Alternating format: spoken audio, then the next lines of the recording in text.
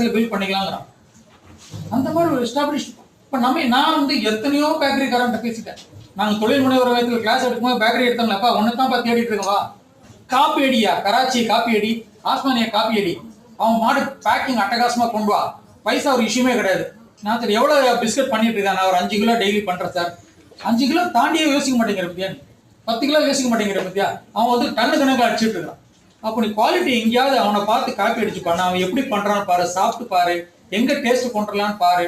குழந்தைங்கன்னா இன்னைக்கு நீ வந்து 30 ரூபா 100 கிராம் விற்கிறத 50 ரூபாய்க்கு விற்கிற லைனில் நிற்பாங்க. ஏன் நம்ப மாட்டேங்கிறான்? ஏன்னா அவனுக்கு அவன் ப்ராடக்ட் மேலே நம்பிக்கை இல்லை, மார்க்கெட் பண்ண நம்பிக்கை இல்லை. நான் ரூட் போட்டு கொடுக்குறேன், நீ பெரிய ஆளாகலாம், கொஞ்சம் டேஸ்ட் மட்டும் சூப்பராக கொண்டு வாங்கன்னு சொல்லி மேடம் காலையில் பேசும்போது சொன்னாங்க, என் பொண்ணு சூப்பராக பிஸ்கட் நல்லா பண்ணாங்க, நல்ல டேஸ்ட்டாக இருக்குன்னாங்க, நான் ரூட் போட்டு தரேன்னு. டேஸ்ட்டுக்கு மக்கள் கொடுக்க தயாராக இருக்காங்க, விலை கொடுக்க, குவாலிட்டிக்கு மக்கள் கொடுக்க, அந்த கனெக்ட் பண்ணுற வேலை நான் ஐடியா கொடுக்குறேன். அவுட் கனெக்டிங் த டாட்ஸ் தான். எப்படி பிராண்ட் பண்ணணும், எப்படி கொண்டு போகணும், பேக்கிங் எப்படி இருக்கணும் மட்டும் சொல்கிறேன். அது மட்டும் எடுத்துகிட்டு போனால் மிகப்பெரிய. ஸோ அன்டிஸ்பியூட்டட் குவாலிட்டிங்கிறது முக்கியமான விஷயம் மார்க்கெட்டிங்கில். இல்லை என்றால் ஒரு குவாலிட்டி ஏற்கனவே உள்ள கஸ்டமரை இழந்துருவீங்க. என்னோட அனுபவத்தை சொல்கிறேன்.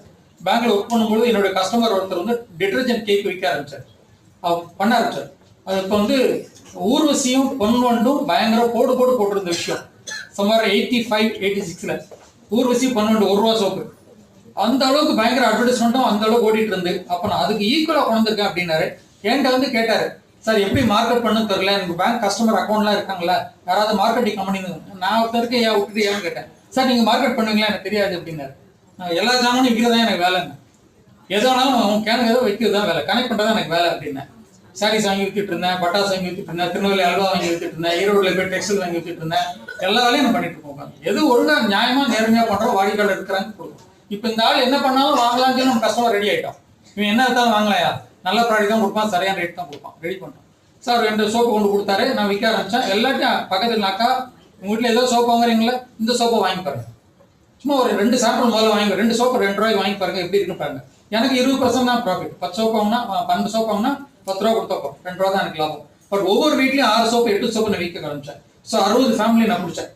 எங்களுக்கு சுற்றி இருக்கிற நம்ம முகத்துக்காக வாங்குறவங்க நல்லா குவாலிட்டி நல்லா இருக்கிறப்போ 60 ஓடிட்டு இருக்குது ஃபுல்லாக. நான் டிவி சுட்டியில் தூக்க முடியாமல் தூக்கிட்டு வருவேன் வண்டியில். அங்கேருந்து உடைக்கணும், இன்னும் உடைச்சா தான் நமக்கு ரிசல்ட்ஸ் கிடைக்கும். ஆனால் ஒரு தடவை வந்து காம்பினேஷன் அவுட் ஆயிடுச்சு, கொலான்னு ஆயிடுச்சு. சோப்பு வச்சா காய மாட்டேங்குது, அப்படி கொலான்னு ஆயிடுச்சு. ஸோ அப்போ தெரிஞ்ச கஸ்டமர், வாங்கின கஸ்டமர்லாம் அக்கா நீங்கள் திருப்பி கொடுங்க, இல்லை இந்த தடவை சாரி மன்னிச்சுக்கோங்கன்னு சொல்லிட்டு இருக்கிற ஸ்டாக் அமௌண்ட் அவன்கிட்ட கொடுத்துட்டு இப்போ பழைய கஸ்டமர் பிடிக்கிறதுக்கு கொஞ்சம் கஷ்டப்பட்டேன். என்னப்பா போனதே அப்படி கொலான்னு ஆயிடுச்சு, இல்லை இந்த தடவை நான் பார்த்து செக் பண்ணி கொடுத்துருக்கேன். அப்போது குவாலிட்டி எங்கேயாவது அடி வாங்கிச்சுன்னா எக்ஸிஸ்டிங் கஸ்டமர் மட்டும் நின்று போவதற்கான வாய்ப்புகள் இருக்குது. ஸோ அன்டிஸ்பியூட்டட் குவாலிட்டி வச்சுக்கோங்க, அந்த தரம் இறங்க